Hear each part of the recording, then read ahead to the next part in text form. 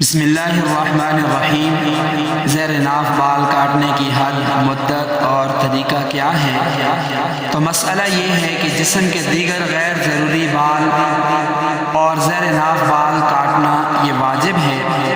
ان بالوں کے کاٹنے کا بنیادی مقصد نجاست سے اچھی طرح پاکی حاصل کرنا، صفائی ستھرائی پاکیزگی حاصل کرنا ہے۔ 40 دن تک یا اس سے زیادہ عرصہ بلا وجہ ان بالوں کو چھوڑے رکھنا یہ مکروہ تحریمی ہے، اور مکروہ تحریمی یہ حرام کے قریب ہوتا ہے۔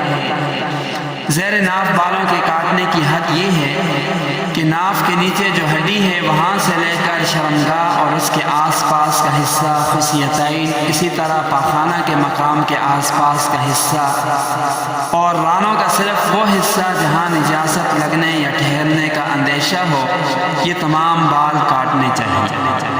ان بالوں کا کاٹ لینا ضروری ہے۔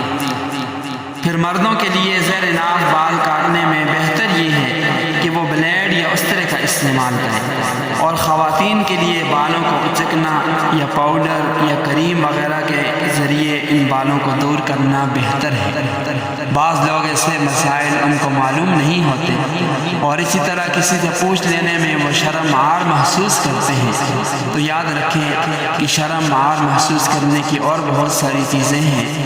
ایسے اہم مسائل جن کی وجہ سے آدمی حرام کے اندر، گناہ کے اندر مبتلا ہو، ایسے مسائل کو پوچھ لینا اور ان پر عمل پیرا ہونا یہ بہت زیادہ ضروری ہے۔ ایسی باتوں کے اندر شرم نہیں کرنا چاہیے۔